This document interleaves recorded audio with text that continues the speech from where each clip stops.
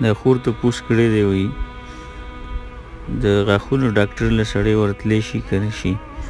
بعض ځای کې د غاښونو ډاکټره نه وي، صرف ډاکټران کار کوي. نو وایي ډاکټرانو له زنانه ورتلل څنګه دي؟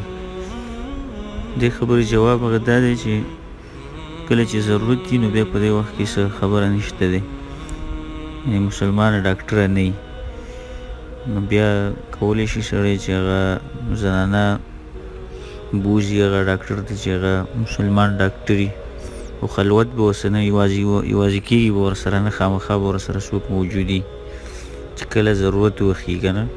غاښونو کې درد وي، بیا غاښونه تور شوي، یا نورې څه مسله د غاښونو مرض وي.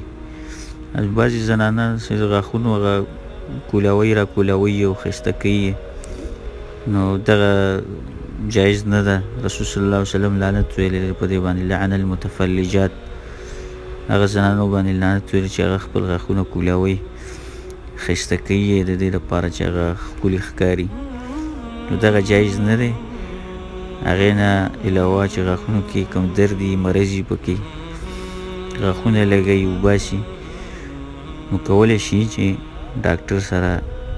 ډاکټر له ورشي د غاښونو، خامخا به ورسره څوک موجود وي، یوازې کېږي به نه، یا پلار موجود وي، یا ورور موجود وي، یا مور ورسره موجود وي، نو په دې صورت کې کولی شي. والله اعلم.